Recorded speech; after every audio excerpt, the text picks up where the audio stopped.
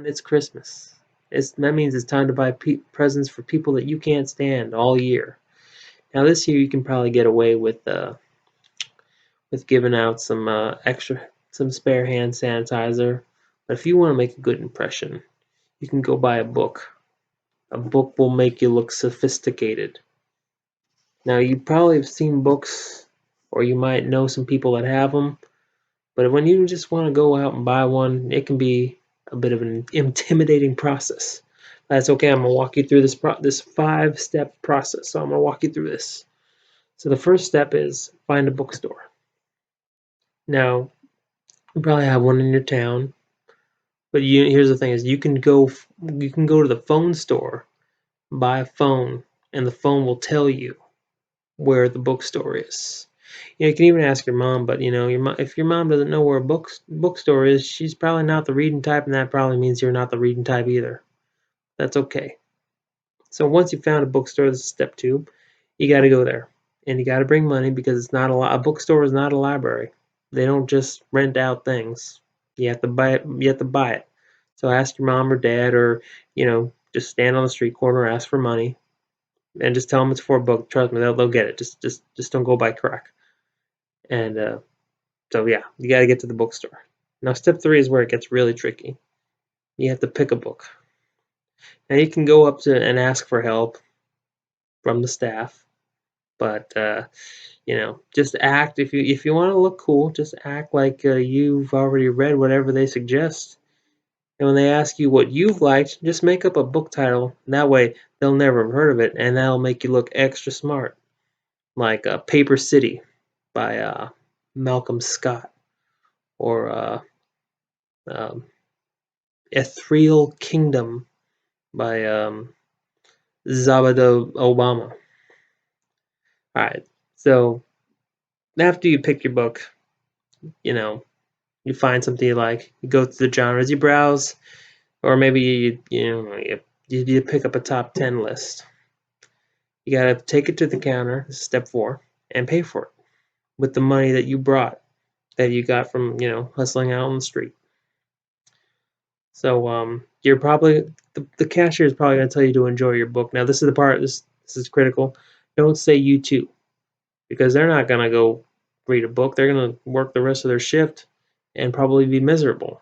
And if you say you too, you're going to look like a jackass. And I know a thing or two about being a jackass. So don't mess this up. Now step 5 is enjoy the book, or just give it away to somebody you either like or dislike.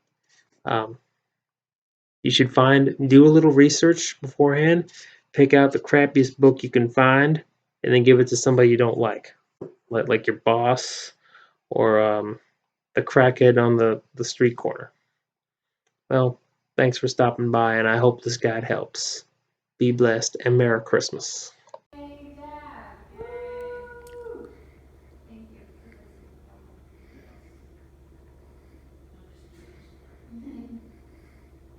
Now I know what I do.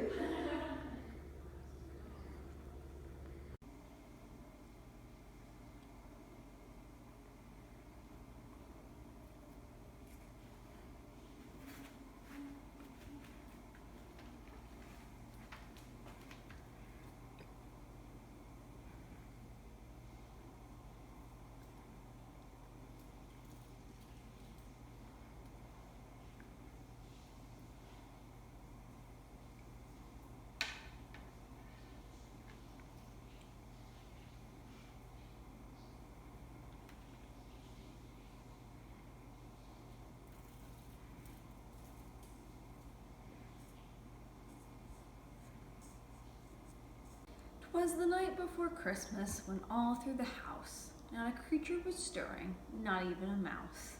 The stockings were hung by the chimney with care, in hopes that St. Nicholas soon would be there. The children were nestled all snug in their beds, while visions of sugar plums danced through their heads. And Mamma in her kerchief and I in my cap had just settled our brains for a long winter's nap. When out on the lawn there arose such a clatter, I sprang from my bed to see what was the matter.